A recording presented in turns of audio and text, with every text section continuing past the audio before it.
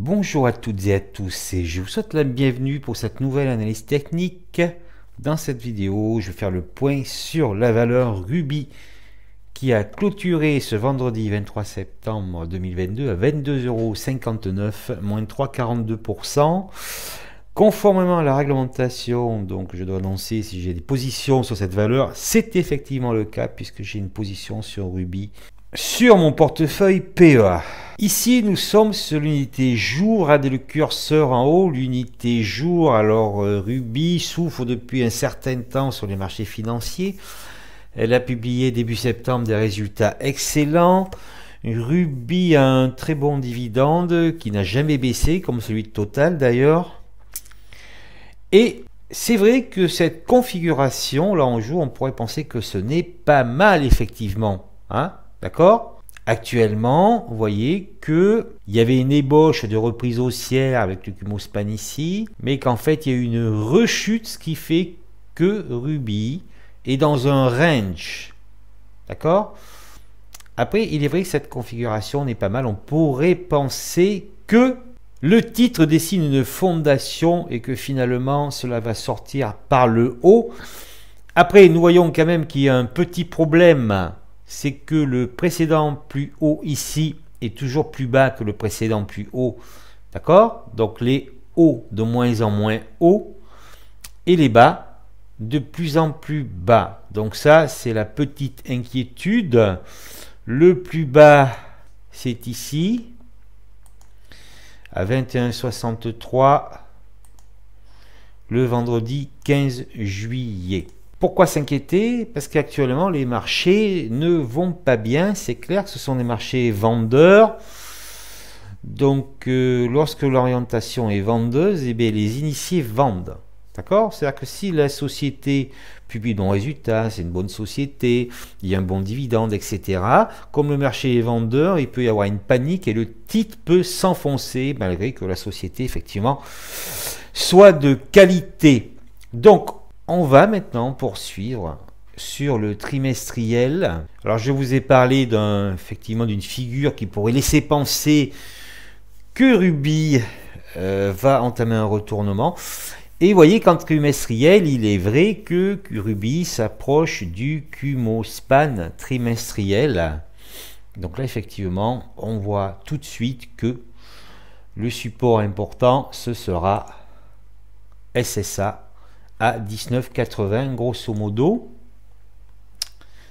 D'accord? En plus, vous remarquez qu'un point bas ici également sur le trimestre 2015.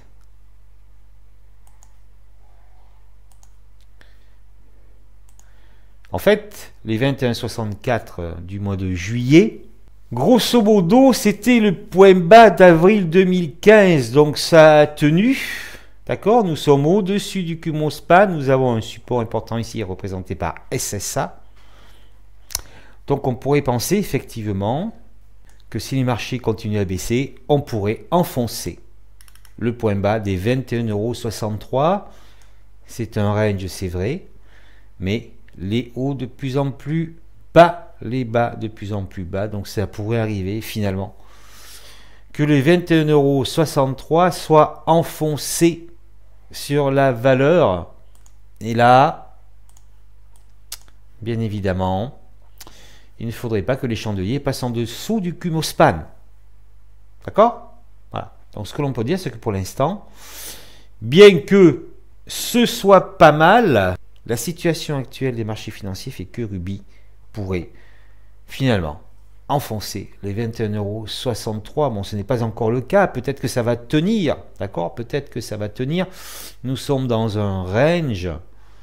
Le but, bien évidemment, sera de dépasser les plus hauts, ici, à 25,72 €. Si la baisse se poursuit, il ne faudra pas enfoncer le dernier point bas ici, hein, à 22,24. D'accord? Voilà. Ok?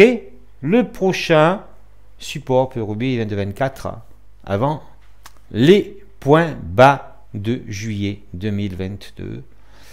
Rapidement, en horaire, c'est baissier. En dessous du Kumo Span, en 4 heures. En 4 heures, vous avez enfoncé la tendance qui était bien repartie. Vous le voyez ici. On le voit très bien. Ici. D'accord. Donc là, rupture du support oblique.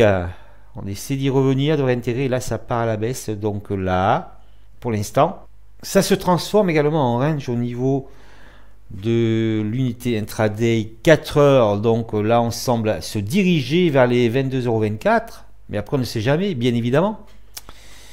Bien évidemment, puisque vous le voyez, nous avons un petit range qu'on pourrait voir sur une unité inférieure, un petit range ici. Hein. Donc le but sera de dépasser les 23,54 en clôture.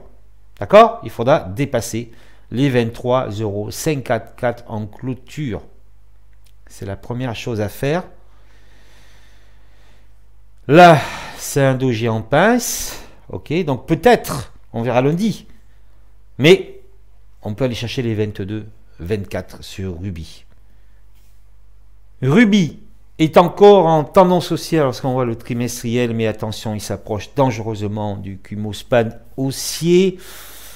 Nous remarquons qu'en jour, les hauts sont de plus en plus bas et les bas de plus en plus bas. C'est vrai qu'on pourrait penser à une fondation, mais là, vu le marché comment il est, c'est vraiment très dangereux pour le titre.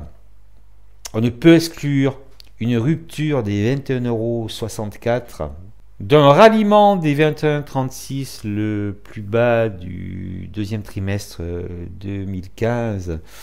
Puis après, effectivement, ce sera les 19,80 €. Rien n'est perdu si Ruby maintient les 22,24 € et les 21,63 €, puisqu'effectivement, si on s'approchait des 21,63 €, nous serions encore en range. Il sera indispensable que Ruby dépasse le dernier plus haut du lundi 12 septembre à 25,72 € pour confirmer, voilà, ce qui pourrait laisser penser une reprise progressive de l'action.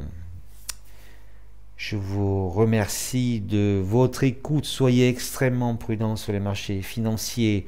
La newsletter du mois d'octobre sera réalisée la semaine prochaine. Mais en attendant, je vous recommande tout particulièrement la dernière newsletter, celle de septembre 2022. On se revoit très bientôt.